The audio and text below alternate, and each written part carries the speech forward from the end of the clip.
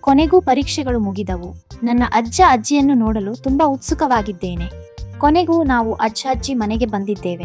ನಿಮಗೆ ತುಂಬಾ ಮಿಸ್ ಮಾಡಿದ್ದೇವೆ. ಇಲ್ಲಿ ಬಂದಿದ್ದು ತುಂಬಾ ಸಂತೋಷವಾಗಿದೆ.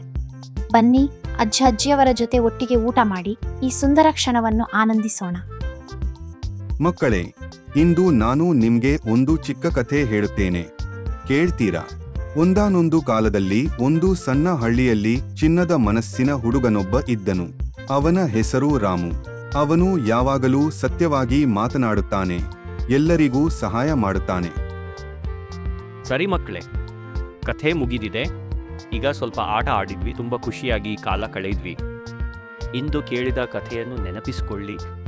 ನಾವು ಯಾವಾಗಲೂ ಒಳ್ಳೆಯದನ್ನೇ ಮಾಡಬೇಕು, ಎಲ್ಲರಿಗೂ ಸಹಾಯ ಮಾಡಬೇಕು, ಸತ್ಯವಾಗಿ ಇರಬೇಕು. ಈ ಒಳ್ಳೆಯ ಆಲೋಚನೆಗಳ ಜೊತೆ ನಿಧಾನವಾಗಿ ನಿದ್ರೆಗೆ ಜಾರೋಣ. ಶುಭರಾತ್ರಿ ಮಕ್ಕಳೇ.